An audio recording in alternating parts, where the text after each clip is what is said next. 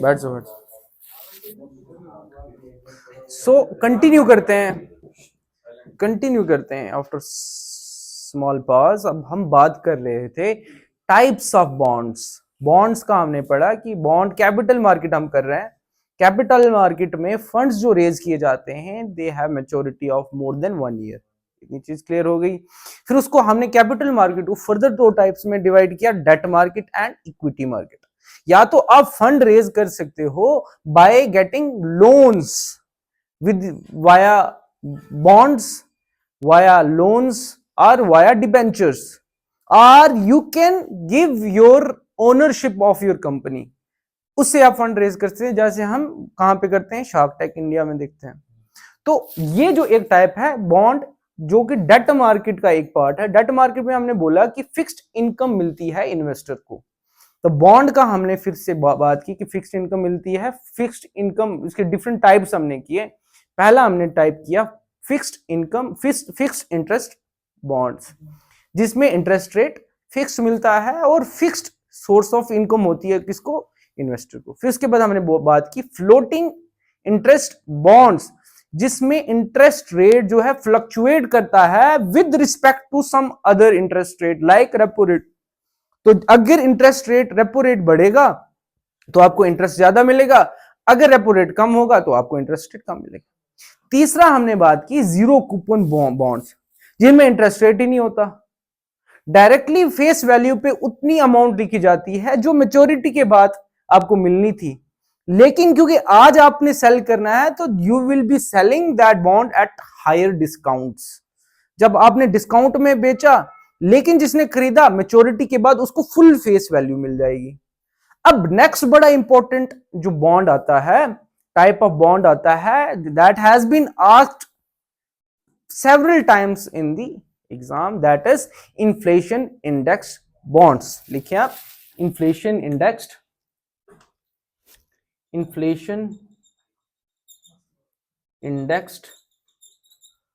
Bonds, IIBs,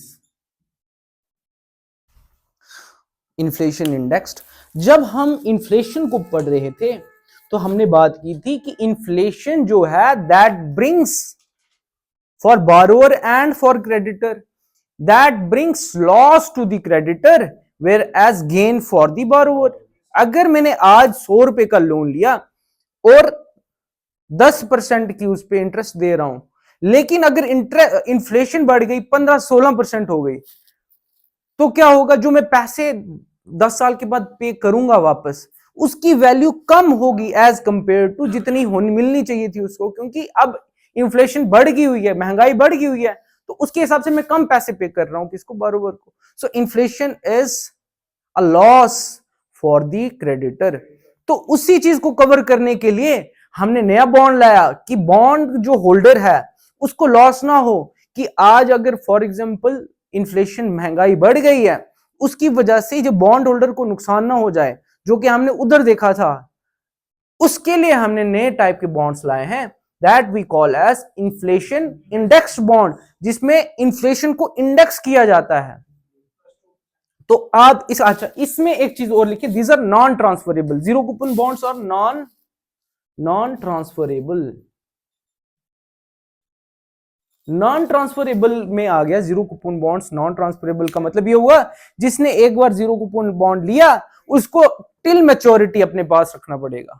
these are held till maturity, जिसको कहते हैं HTM, हेल्ड टिल मैच्योरिटी। ठीक है, अब जो हम पढ़ रहे हैं बेसिकली इन्फ्लेशन इंडेक्स बॉन्ड्स, जिसमें इन्फ्लेशन को इंडेक्स किया जाता है। लिखें आप इसका, these are bonds which take into account the inflation while giving returns. So while giving returns, these take into account what? Inflation while giving returns.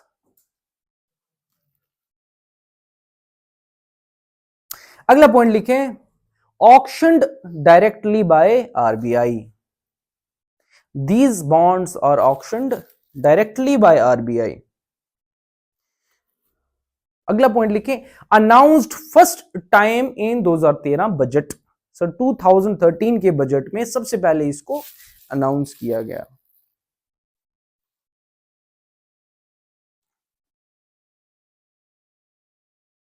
अगला लिखें, tradable. Tradable, so these can be traded. जब हम capital gains tax कर रहे थे, पहले हमने किया था शेयर्स ट्रांजैक्शन टैक्स, फिर कैपिटल गेन्स टैक्स। तो कोई भी चीज की अगर फॉर एग्जांपल आज आप प्रॉपर्टी लेते हो 10 लाख की और 10 साल के बाद आप 30 लाख की बेचते हो, तो जो 20 लाख का उसके ऊपर जो प्रॉफिट हुआ है उसके ऊपर आपको एक टैक्स देना पड़ता है जिसे हम बोलते हैं कैपिटल गेन्स टैक्स। अब जो इन्फ्लेशन इंडेक्स बॉन्ड्स है इनके ऊपर भी सीजीटी दिया जाता है, इनके ऊपर भी सीजीटी दिया जाता है, क्योंकि इस पे आपने कुछ इनकम कमाई है। इवन इफ दीज जो 200 रुपए की फेस वैल्यू तो उतने भी आपको मेच्योरिटी पे मिला, लेकिन किस पे देना होगा, 100 रुपए के ऊपर देना होगा, इन पे भी देना होगा, इन पे भी देना होगा। तो ये चीज लिखें, CGT as these are tradable, CGT capital gains tax, वो लिखो सीजीटी, टिक मार दो सीजीटी। तो सीजीटी जो है कैपिटल गेन्स टैक्स अप्लाई होता है यहां पे, ठीक है। अब ये दो टाइप्स के हैं,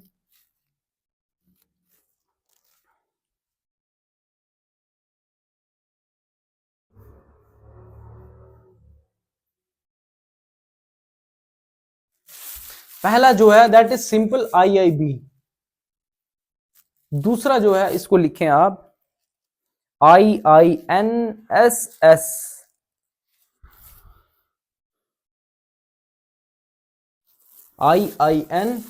IINSS, that is inflation indexed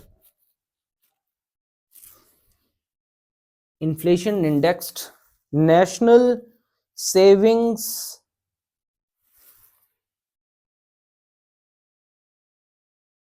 security, inflation indexed national savings security।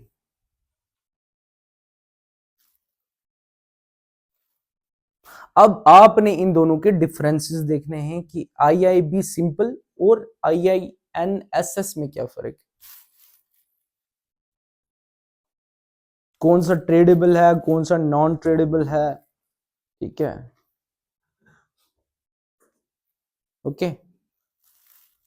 अगला पॉइंट लिखें इसी आईआईबी में, in case of IIB, in case of IIB both, ये बड़ा इंपॉर्टेंट पॉइंट है, both principal and interest rates take inflation into account,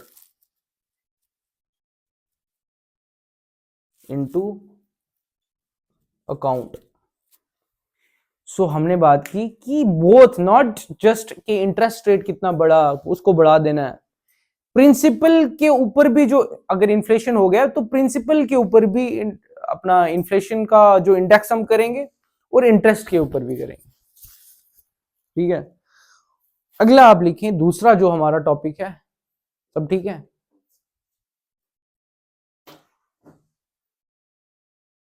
दूसरा लिखें आप डिबेंचर्स,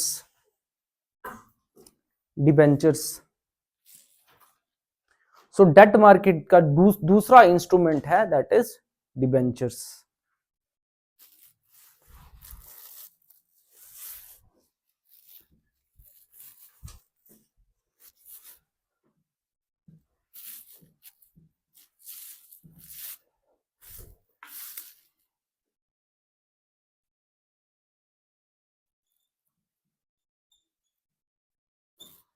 डिबेंचर्स पॉइंट एक ये बना दें आप, ट्राइंगल बना दें, पहला लिखिए ट्राइंगल के top, issued by large companies, issued by large companies. दूसरा पॉइंट लिखें, pay dividends, pay interest rates, fixed interest rates, pay fixed interest rates and paid prior to dividends। पहला हमने क्या बोला, लार्ज कंपनीज और फिक्स्ड इंटरेस्ट रेट्स और paid, ये जो फिक्स्ड इंटरेस्ट रेट डिबेंचर के ऊपर पे किया जाता है। डिविडेंड, कंपनी जब अपने शेयर होल्डर्स को, अपने जितने भी उसके स्टेक होल्डर्स हैं उनको डिविडेंड देती है, उनसे पहले ये डिबेंचर्स वाले लोगों को, जिसने भी ये डिविडेंड्स अपना डिबेंचर्स खरीदे होते हैं, उनको इंटरेस्ट रेट उनको अपने स्टेक होल्डर्स को डिविडेंड देने से पहले दिया जाता है ये। तो हमने बोला पेड प्रायर टू डिविडेंड्स। क्या ये चीज क्लियर होगी? तीसरा लिखें, not secured by, not secured by, not secured by any collateral और फिजिकल एसेट, फिजिकल एसेट। तो हमने, साजिद साहब ने उस दिन बोला था कि क्या रीजन होगा, on the basis of goodwill. अब बड़ी कंपनी है तो लोग उस पर ट्रस्ट करते हैं। अगर फॉर एग्जांपल कल रिलायंस कल डिबेंचर लॉन्च करेगा तो ऑब्वियसली उस पर हमें ट्रस्ट होगा। तो even without them being providing any collateral will tend to buy their debentures. हमने उस दिन जब हमने ओवरऑल उसका ओवरव्यू, उसका मैपिंग की थी, तो हमने दो में डिवाइड किया था डिबेंचर्स को। देखो किन दो टाइप्स में हमने डिवाइड किया था।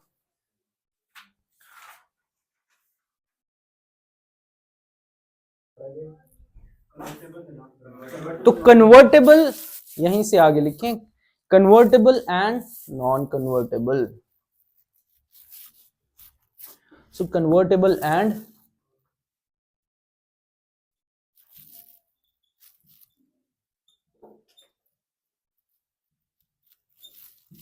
कन्वर्टेबल एंड नॉन कन्वर्टेबल में क्या फर्क होगा? अगर डिबेंचर एक कंपनी लॉन्च कर रही है, इशू कर रही है, तो if I have bought that debenture, तो on the basis of whether it is convertible and non convertible, वो दो टाइप आ गए कन्वर्टेबल। अगर वो डिबेंचर्स कन्वर्ट किए जा सकते हैं शेयर्स में, कि अगर for example I bought a debenture और after a period of time those debenture can be converted into shares, कि मैं उस इतने % शेयर का मालिक बन जाऊंगा। समझ रहे हो ना? एक्चुअल में हम पढ़ रहे हैं डेट मार्केट। डेट मार्केट में आपको ओनरशिप नहीं मिलती कंपनी की, ठीक है? Debt market is just like debt, आपने लोन लिया, कर्जा लिया, लेकिन यहां पे आपको एक सुविधा दी गई कि आप कन्वर्ट कर सकते हो आप अपने कर्ज को इनटू शेयर होल्डिंग। समझ रहे हो ना? आपको ये चीज क्लियर हुई है? तो कन्वर्टेबल में आप अपनी जो कर्जा आपने दिया है with respect to, with the help of debentures, उसको आप परसेंटेज ऑफ सम शेयर्स में कन्वर्ट कर सकते हो। कंपनी को जो आपने लोन दिया है उस उतने % की आप शेयर होल्डिंग भी कर सकते हो। ऑन ये किस में होगा? कन्वर्टेबल डिबेंचर्स में। तो लिखें आप इसमें, converted into equity shares. So converted into equity shares after a period of time, after a period of time. दूसरी तरफ लिखें आप नॉन कन्वर्टेबल। तो ये नॉन कन्वर्टेबल होगा। अब मुझे ये चीज बताएं कि इंटरेस्ट रेट दोनों में से किस में हाई होगा? क्यों? हाँ, तो इसमें आप लिखें लोअर इंटरेस्ट रेट्स, इसमें कन्वर्टेबल में लोअर इंटरेस्ट रेट्स रिलेटिवली। अब नीचे जो नॉन कन्वर्टेबल में आप लिखें hence the rate of interest is high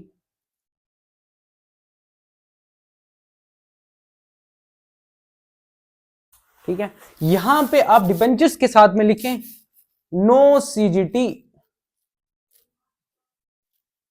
no CGT. So no capital gains tax is applied on this, applicable.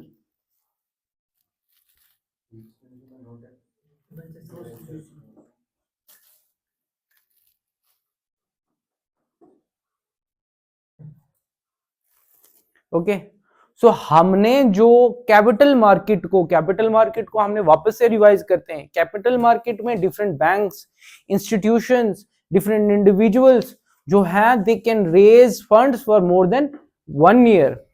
ठीक है, फर्दर दो में हमने किया, पहले डेट जो कर्जे वाला, दूसरा इक्विटी। या तो आप कंपनी को कर्जा दे के उसकी हेल्प कर सकते हो, या तो उसके शेयर्स लेके उसको पैसा दे सकते हो, जैसे शार्क टैंक में होता है, समझो। तो डेट मार्केट में हमने फर्दर दौड़ा, या तो आप वो कर्जा कैसे दे सकते हो, या तो उनको बॉन्ड देके, या तो उनसे डिबेंचर लेके। ठीक है, उसके बाद हमने कर लिया क्या, सॉरी, बॉन्ड लेके या डिबेंचर लेके, क्योंकि इंटर्न हम पैसा दे रहे हैं उनको। तो फर्दर हमने डिबेंचर्स को 2 में डिवाइड कर दिया। This can be.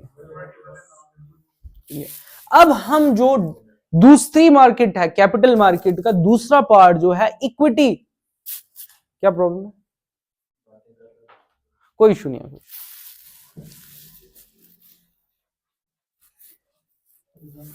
तो कैपिटल मार्केट का हम दूसरा पार्ट करते हैं। तो कैपिटल मार्केट का शेयर, इक्विटी शेयर्स, आप दूसरा पार्ट लिखें आप कैपिटल मार्केट का।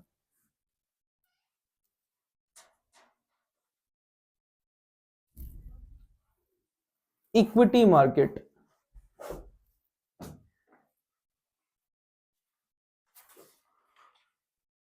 इक्विटी मार्केट,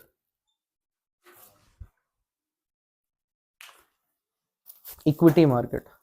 अब जब हम डेट मार्केट कर रहे थे तो हमने बोला था फिक्स्ड इनकम रिटर्न्स मिलते हैं, फिक्स्ड इनकम मिलती है जो कि उसमें इन्वेस्ट करेगा। अब शेयर्स कभी उसका प्राइस बढ़ता है, कभी उसका कम हो जाता है, तो इसमें हम फिक्स्ड की बात नहीं कर सकते हैं। तो इट इज ऑफ 2 टाइप्स, हमने 2 टाइप्स में डिवाइड कर लिया हुआ है, equity shares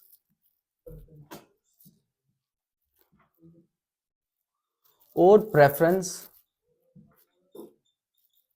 shares.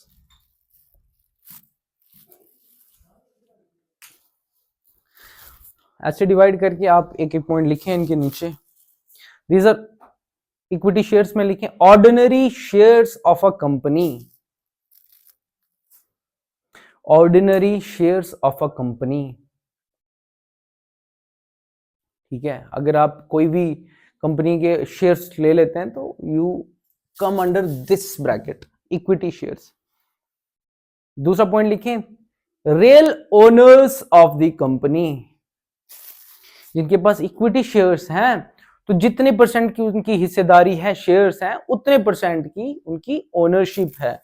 Real owners of get, अगला पॉइंट लिखें गेट डिविडेंड्स, गेट डिविडेंड्स। अब जैसे कंपनी अच्छा करती जाएगी तो शेयर्स की, इन इक्विटी शेयर्स की वैल्यू बढ़ती जाएगी, है ना। As company does well, as company does well, value of equity goes up, value of equity goes up. अब प्रेफरेंस शेयर्स की तरफ लिखें आप। अब प्रेफरेंस शेयर का मतलब ये हो गया कुछ ना कुछ प्रेफरेंस मिलती है। These are not the real owners, but with respect to something they get preference. तो प्रेफरेंस शेयर्स का लिखें आप, they get preference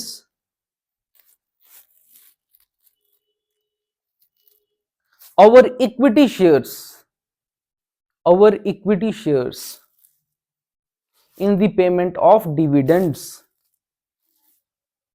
in the payment of dividends as well as company's liquidation, company's liquidation। अगर company liquidate हो गई, मतलब दिवालिया निकल गया, तो उसके शेयर्स अब किसको पैसा, वो जब पैसा बनेगा तो वो किसको, इन्हीं शेयर होल्डर्स को मिलेगा ना, लेकिन पहले किसको मिलेगा, प्रेफरेंस शेयर्स वालों।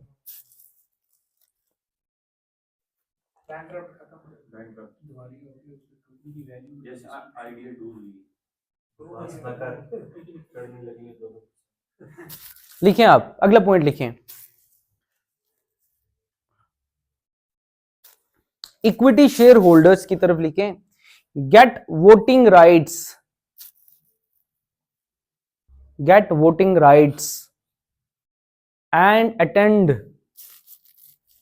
General body meetings.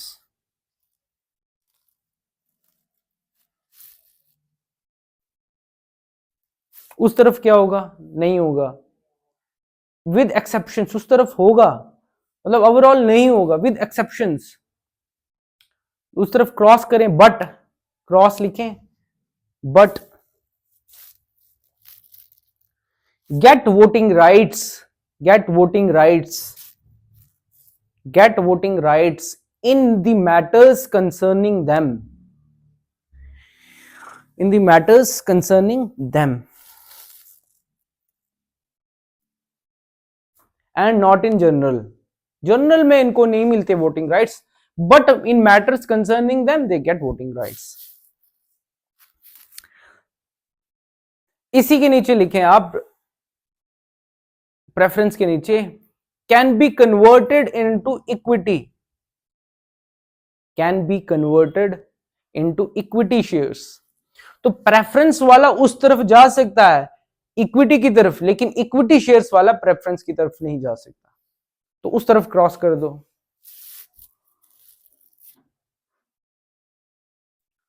ठीक है,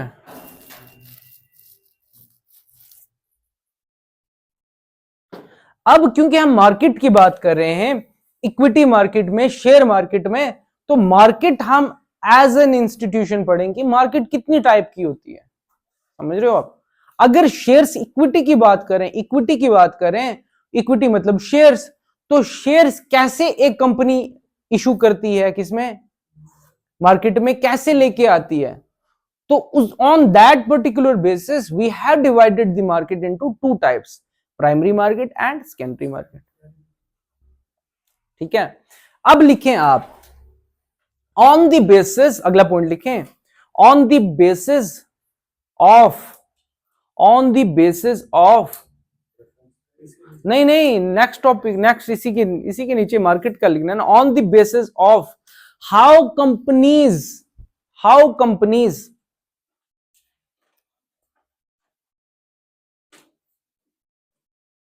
or where these companies, how and where these companies bring their shares, we have divided into two types। so market को हमने दो टाइप में डिवाइड कर दिया। पहले लिखें प्राइमरी मार्केट, दूसरा लिखें सेकेंडरी मार्केट।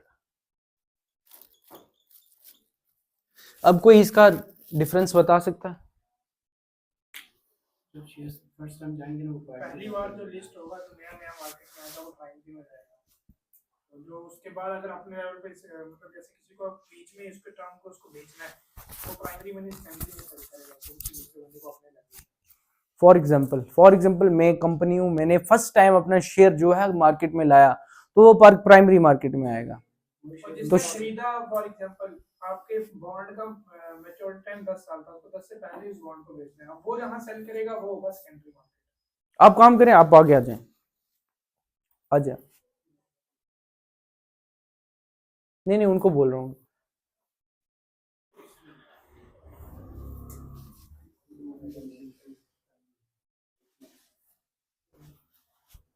ठीक है, तो प्राइमरी मार्केट में फॉर एग्जांपल मैं जो, अगर फॉर एग्जांपल मैं कंपनी हूं, मैं अपना शेयर इशू करना चाह रहा हूं, मुझे पैसा चाहिए मार्केट से, तो मैं सबसे पहला जो मैं शेयर, अगर मैंने शेयर फॉर एग्जांपल मैं चाह रहा हूं कि 10% में अपने शेयर्स जो हैं बेचना चाह रहा हूं अपनी कंपनी के, तो सबसे पहले वो जो फर्स्ट टाइम इशू होते हैं शेयर्स, वो प्राइमरी मार्केट में होते हैं।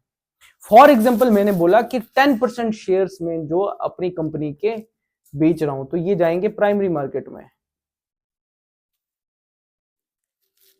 10% शेयर्स, वो 10% शेयर्स फॉर एग्जांपल इनकी क्वांटिटी थी 10,000, 10,000 शेयर्स की परसेंटेज अगर निकालेंगे 10% थी। अब फॉर एग्जांपल आप जो हो उसके होल्डर हो, अभी आप 10% कंपनी के मालिक हो। अब जब इन्हीं शेयर्स को आपको पैसा चाहिए, अब आपको बेचने हैं, आपको पैसा चाहिए, ठीक है ना। अब शेयर्स लोग लेते हैं किसके लिए लेंगे? फायदे के लिए। अब जब उनको फायदा मिल गया, फॉर एग्जांपल प्रॉफिटेबल था, अब जब आपने बेचने हैं वही वाले शेयर्स, तो ये आपके किस मार्केट में जाएंगे? ये सेकेंडरी मार्केट में। So selling of already bought and sold shares is done at primary market, sorry secondary market। But अगर यही कंपनी ए, अब ये शेयर्स प्राइमरी मार्केट में कभी नहीं जा सकते। अब जब इसको अलग से अगर फॉर एग्जांपल इसने 5% और बेचने हैं, तो ये वाले शेयर्स जो हैं ये वापस से किस में जाएंगे? प्राइमरी मार्केट में। ये वाला रूट है, डायरेक्टली कोई भी नया शेयर सेकेंडरी मार्केट में नहीं जा सकता। तो आप लिखें प्राइमरी मार्केट का।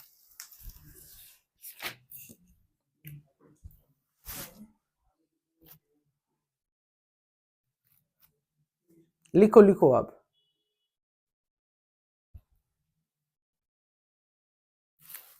प्राइमरी मार्केट लिखेंगे मार्केट वेयर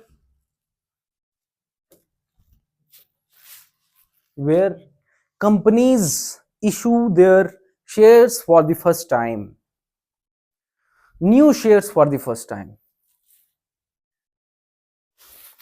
इसको फर्दर 3 में डिवाइड करो। क्या क्या में डिवाइड किया था हमने? आईपीओ, एफपीओ और प्राइवेट प्लेसमेंट, पीपी। अब जब आप घर जाओगे आपको वो पहला पेज पूरा याद होना चाहिए, ठीक है। एफपीओ, आईपीओ, एफपीओ और प्राइवेट प्लेसमेंट लिखे आप। आईपीओ का लिखे initial public offer,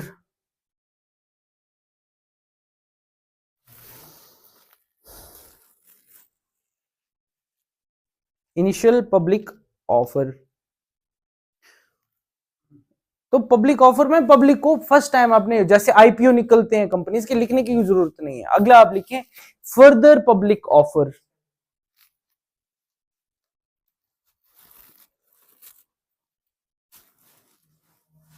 further public offer. For example ये कंपनी ए है, इसके 10% शेयर्स कंपनी बी के पास हैं। अब for example it wants to sell 5% more shares in the market, it wants to bring them into primary market. अब ये further public offer में ये प्रेफरेंस किसको देगा? कंपनी बी को देगा कि आपने ऑलरेडी 10% ले लिया, आप 5% और ले लो। तो ऑलरेडी जो उनके इन्वेस्टर्स हैं उनको प्रेफरेंस दी जाती है फर्दर पब्लिक ऑफर में, which is also called as rights issue. Rights issue लिखें आप। Based on shares held by different entities. हाँ, आईपीओ हो गया ना, आईपीओ को उसमें लिखने की जरूरत नहीं थी कुछ। Based on shares held by different entities,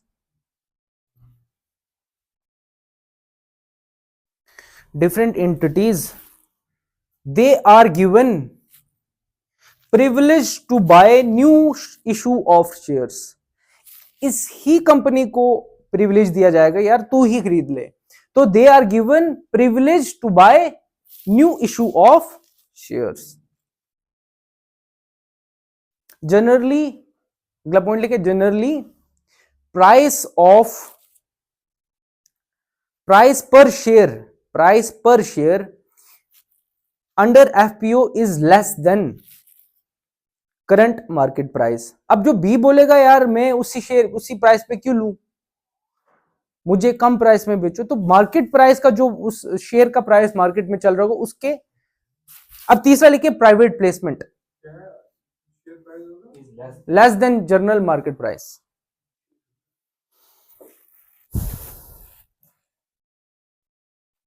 private placement. अब जब फॉर एग्जांपल मैं एक कंपनी हूं और मैं शेयर नहीं बेचना चाह रहा हूं, मैं डायरेक्टली किसी प्राइवेट इंस्टीट्यूशन को, प्राइवेट कंपनी को डायरेक्टली बेच सकता हूं, तो वो आ जाएगा प्राइवेट प्लेसमेंट। लिखें firms directly, firms private placement में, प्राइवेट प्लेसमेंट में क्या कर रहे हैं आप, प्राइवेट प्लेसमेंट में लिखें आप, firms directly sell their shares to big investors like banks, जल्दी जल्दी करें यार प्लीज, जल्दी जल्दी करें, shares to big investors like banks, comma financial institutions etcetera.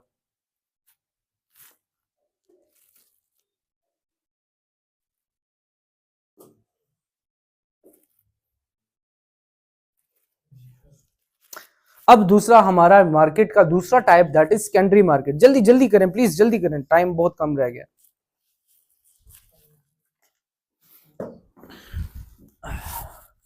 कौन सा market, secondary market. Secondary market, आपस में बात मत करें यार। Secondary market, here the sale and purchase of existing financial assets take place. Existing financial assets like जैसे कि शेयर्स हो गया, already existing financial assets takes place. अब यहां पे सेकेंडरी मार्केट में बड़ा इंपॉर्टेंट कंसेप्ट आता है स्टॉक मार्केट, स्टॉक एक्सचेंज। अब आपने क्या करना है, एक बॉक्स बनाना है ऐसे, उसमें ये सर्कल बनाना है और उसके बाद ये सर्कल बनाना है। जल्दी जल्दी करें प्लीज, जल्दी करें। Stock market, stock exchange, OTCEI, stock exchange.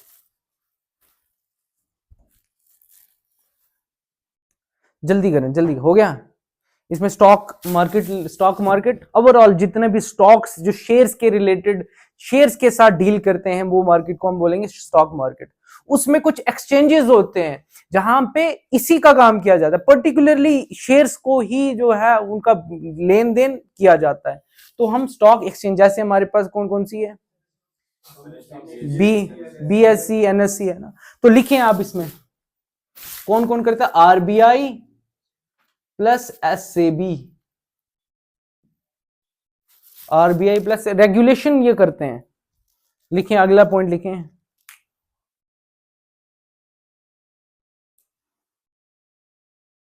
For example NSE, BSE, NSE और BSE। अब यहां से आपने कहना है NSE और BSE का, जल्दी जल्दी पहले BSE लिखें आप, BSE 5 पॉइंट्स लिखेंगे हम, पेंटागन बनाए एक अच्छे से, उस पर लिखते हैं oldest in Asia. So BSE पहला जो स्टॉक एक्सचेंज है हमारे पास, BSE oldest in Asia, bracket में लिखें 1875।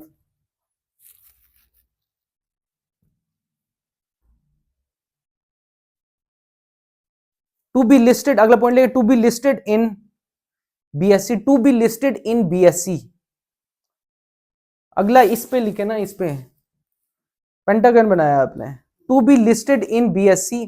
कोई भी कंपनी अगर अपने आप को लिस्ट करनी चाहती है किस पे, BSE पे, minimum paid up capital, so to be listed in BSE, minimum paid up capital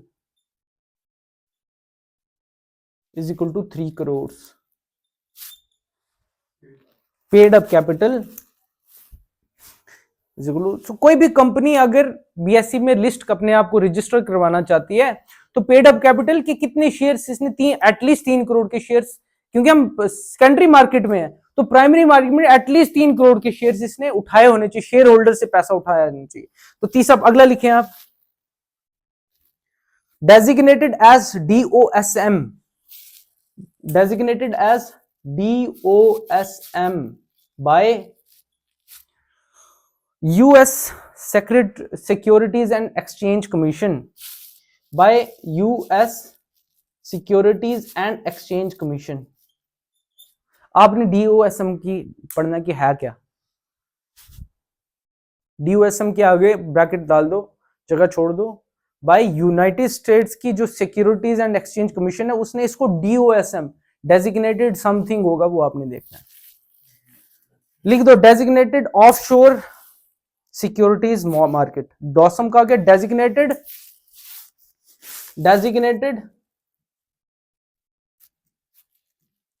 offshore securities market. हो गया। अगला पॉइंट लिखे first to be recognised by government. So Indian government ने सबसे पहले जो रिकॉग्नाइज की थी स्टॉक एक्सचेंज, वो BSE की थी।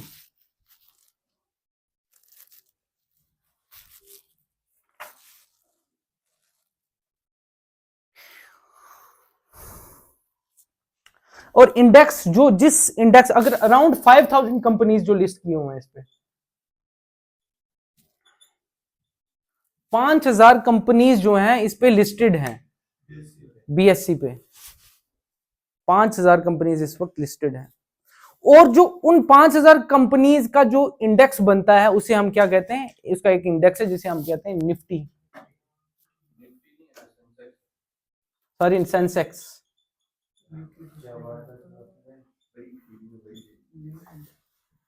जो इंडेक्स बनता है उसे हम कहते हैं ओवरऑल। और भी है BSE इंडेक्स अलग अलग है, जो मेन इंपॉर्टेंट इंडेक्स है उसे कहते हैं सेंसेक्स। जल्दी करें जल्दी करें। अब NSE लिखें, NSE लिखें, NSE लिखें। Established 1992, NSE 1992 established.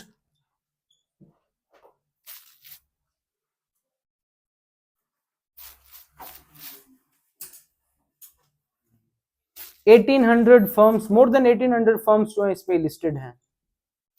और इस पे जो है निफ्टी, जो इसका इंडेक्स है निफ्टी 50 1800, मतलब ये इंपॉर्टेंट नहीं है लेकिन फिर भी लिख लो।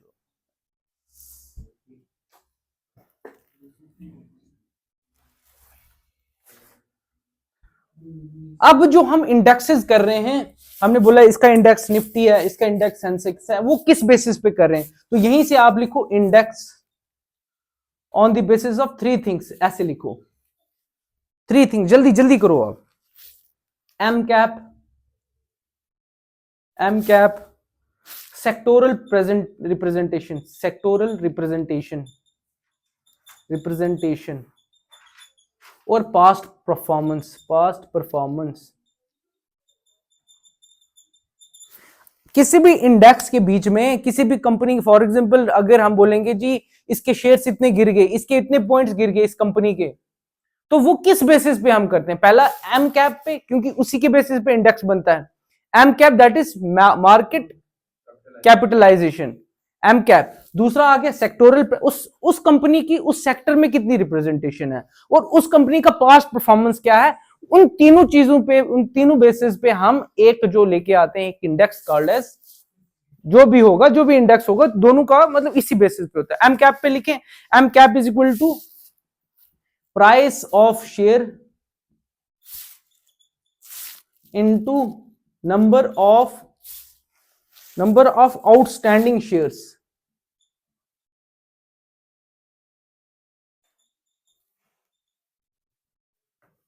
जो एम कैप है वो कितने, क्या इस वक्त क्या प्राइस चल रही है शेयर्स की, एक पर्टिकुलर शेयर उस कंपनी के शेयर की, और दूसरा कि कितने शेयर्स, मतलब एक शेयर की कितनी प्राइस है एक शेयर की, और मल्टीप्लाई कितने शेयर्स हैं सेकेंडरी मार्केट में। और आउटस्टैंडिंग का मतलब ये हो गया कि कुछ शेयर्स, फॉर एग्जांपल 2000 शेयर्स जो हैं मार्केट में हैं, लेकिन उसमें से 500 शेयर्स जो हैं उसी के इंप्लॉइज के हैं, तो ओवरऑल आउटस्टैंडिंग शेयर्स कितने होंगे? 1500 होंगे, क्योंकि जो उसके इंप्लॉइज होंगे वो तो नहीं बेचेंगे, लेकिन जो दूसरे वाले हैं वो बेचेंगे। तो आउटस्टैंडिंग शेयर्स का मतलब ये है।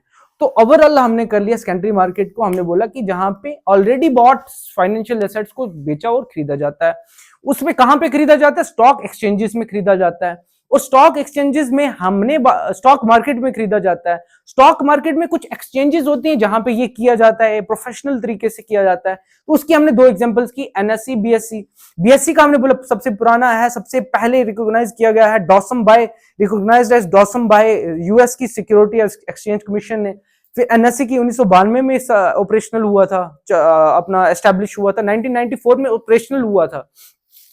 फिर उसके बाद हमने बोला कि ये जो इंडेक्सेस, अलग अलग इंडेक्सेस जैसे निफ्टी, सेंसेक्स, ये किस बेसिस पे डिटरमाइन होते हैं? तो तीन चीजों पे डिटरमाइन होते हैं। एम कैप की मार्केट में उसकी कितनी कैपिटलाइजेशन है, तो एम कैप कैसे डिसाइड होता है? एक शेयर का कितना प्राइस है और टोटल आउटस्टैंडिंग शेयर्स मार्केट में कितने हैं। वो दूसरा सेक्टोरल रिप्रेजेंटेशन और पास उस कंपनी की पास परफॉर्मेंस क्या है। तो उस बेसिस पे उस कंपनी का एक इंडेक्स बनता है, समझो।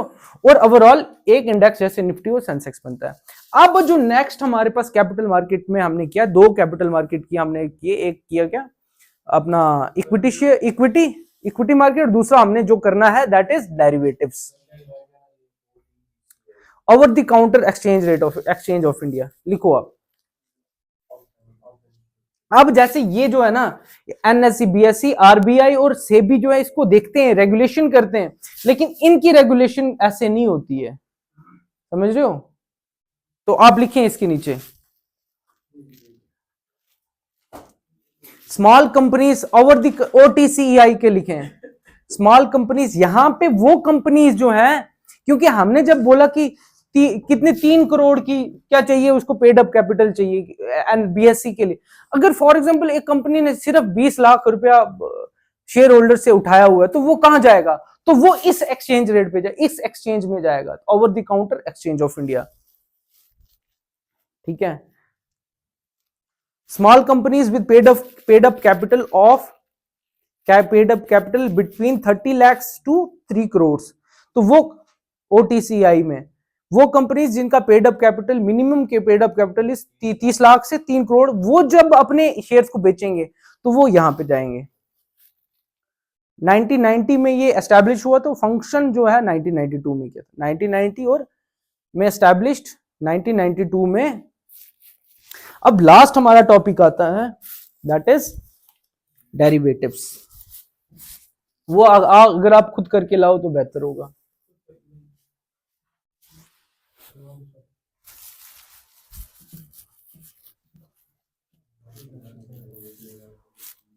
देखो डेरिवेटिव जल्दी करें आप। सो हमने कैपिटल मार्केट को कैपिटल मार्केट को हमने दो में डिवाइड किया था, एक डेट मार्केट और इक्विटी मार्केट। इक्विटी मार्केट को फर्दर दो में किया था, इक्विटी शेयर्स, इक्विटी और प्रेफरेंस शेयर्स। नहीं, ओवरऑल हमने 3 टाइप में किया था, 2 टाइप्स में किया था, इसमें अपने डेरिवेटिव्स भी आते हैं।